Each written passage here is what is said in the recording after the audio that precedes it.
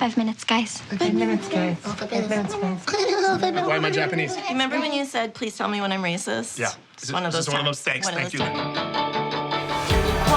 the commune. Improv's an art form unto itself.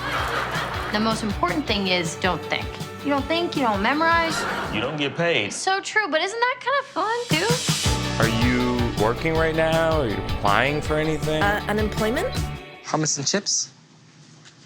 Right. Hummus and chips. So hey guys, great movie. Thank you. Okay, how do you relate to this movie personally?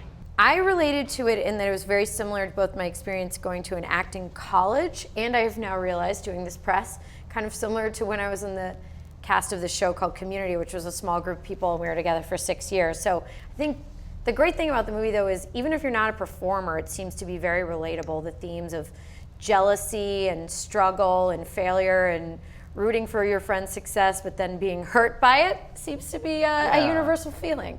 It's I think the universality of it is in friendships, like your college friends, the moment in your life when you left your family to go to college, the years where you worked on projects like Community or whatever it is, that feeling. Yeah, it's the fact that I think anybody can relate to when you set up a dynamic and the dynamic exists for a certain amount of time and it's working for everyone, and then something cataclysmic takes place or something eventful takes place and completely changes that dynamic. Yeah. You pick one person, you say the first thing about them that comes to your mind. Connor, go. You're fat. You're dangerous. You're a little slow. This game hurts my feelings. It's the great paradox of Weekend Live is, was it good ever? No. You should not have said that in your audition. I think that I called Finn. He's bringing producers from Weekend Live.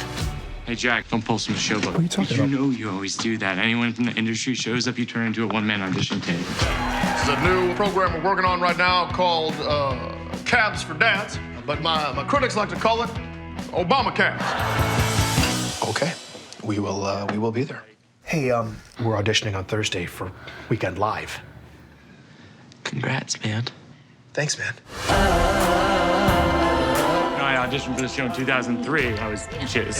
I was like inches. I can't take it anymore. I gotta focus on me. I'm gonna get the job at Weekend Live. So how hard is improv really for some of us who don't do improv? These guys might be able to answer it best. They learned it for the movie and are brilliant at it now. We had workshops for 2 weeks prior to shooting, so that was very helpful. But it's not. It's hard. I don't know. It's. I think when you have a group that you fall into a rhythm and you know each other. Like we really got to know each other in those 2 weeks. We had like boot camp and it was great. And I feel like that was super helpful. I don't know if it would have worked It's using otherwise. a different part of your brain than you normally use as an actor, because you have to be much more engaged and generating material. As an actor, it's like you're handed the script, you learn it, you bring thoughts and ideas to it. But with this, it's all coming from you. It really helps if you're a listener. Yes. Yes, that's right. That's the only reason it's hard. The only reason improvisation is hard is because people don't listen to each other. It's actually, the concept in and of itself is very simple. It's so simple when you add the ingredients of what makes humans frail or scared or self-conscious. That's what makes it hard. Which is why they're good lessons for life too. You know, don't think and say yes, and it's all about the group, and it's all about listening more than you talk. Like those are good things to work on. Period. Right. Yeah, true. Think about doing General Rollins as an umpire. Okay. You're out. My name is Liam Neeson. If it's money that you're looking for, I've got none. I've used all of it. The last 6 times my daughter was taken. I don't accept that as improv. I like my life how it is right now. You can't do improv forever, okay? It ends. Could you talk more about the pre-game rituals that some of you guys have, or as actors or improv actors, before you do anything? Is Got Your Back in the script? Yeah. It is in the script. Yeah. That's another thing that's a parallel for us because we've got your back. Got your back. That's the one that lots of improvisers across the world do, is to make sure that you know, no matter what happens out there, I'm going to do everything in my power to make you look good out there. That's what it's all about. It's all about listening to your partner and building on what they're saying instead of what your preconceived thought is. You don't succeed if you get a laugh. you succeed if they get a laugh. Yeah, it's a lot of Scottie Pippins. I feel like also. Right? It's a whole I bunch like of Scottie that. Pippins. But Yep. I like that. That Yeah. ritual, I feel like, also just gets you ready to go out on the stage. Yes. There's that too. There's that element of just like, okay, and here we go.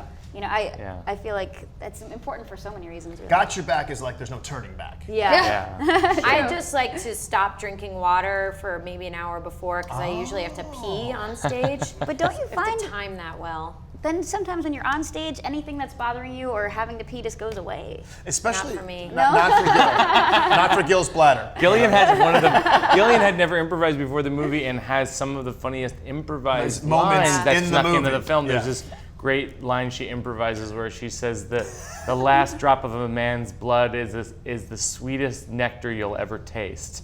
And all of us like kind of looked over at her like, what? Where did that come from? And it was from? just so funny and weird, and we Fantastic. put it in the movie. My mom said that to me a lot when I was a child. What don't we know About Gillian Jacobs. All right. Well, anyways, hey, thank you very much. Thank you. Thank you so much. Nice to meet Okay. you.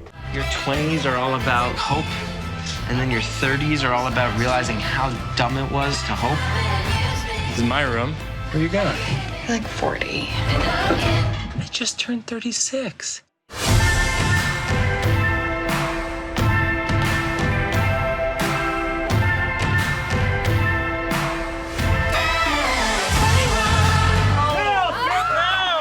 We all said we would wear the same outfit. Everybody agreed. Being a professional. You gotta go.